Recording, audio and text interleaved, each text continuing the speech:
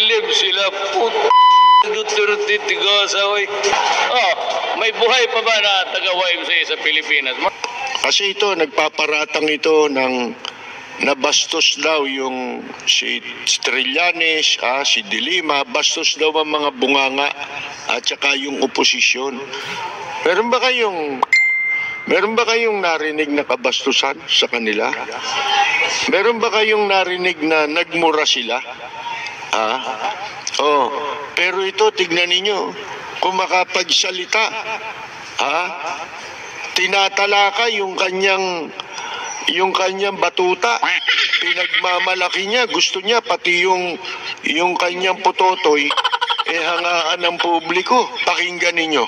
Pagwapo ka dyan, tapos paglabas ng maliit pala. Sabi ko yan, ang liit naman. Ako bigyan ng Diyos ng ganong kaliit, putulin ka harap ng altar. Yun lang pala binigay mo. Tuduhin na natin. So, dyan mo makita pagka umaga. Ako hindi ako nagyayabang. Bilib sila po. Duterte Tigasa, oy. Marami nakikinig ngayon. Di ba? Pabiliban tayo. Punta ng dormitorio, nakahubad po nakatuwalya. Ako, pabilib talaga kayo? Sige. Kasi noon, bata pa, nakaharap talaga sa hala. Nakaharap sa langit halos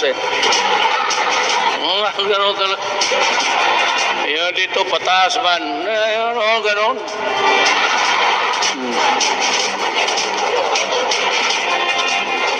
Naghahalik ka na doon yung ulo sa pusod ko. Yun ang binigay ng salamat ako sa tatay ko. At least pinalabas niya ako sa buhay highly equipped.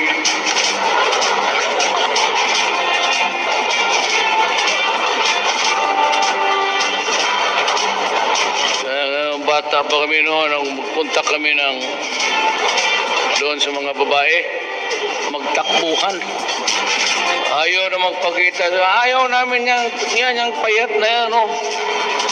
Ayaw nang huminto. Lugi.